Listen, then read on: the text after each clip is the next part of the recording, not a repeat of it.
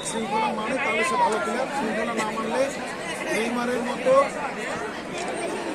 এবং অনেক বড় ম্যারাডোনার মতো অনেক বড় প্লেয়ারও যদি শৃঙ্খলা না মানে তাহলে সে কী হয়, বাদ হয়ে যায়, বয়কট হয়ে যায়।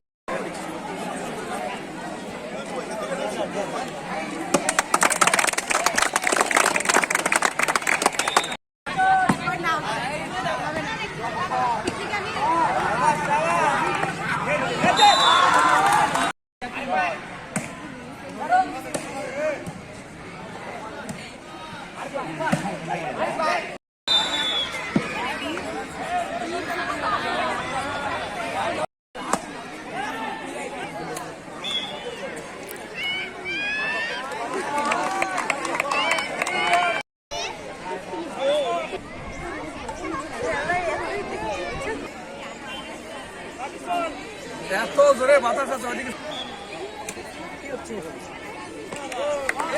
পারবেন এই বোর্ড কাপড়ের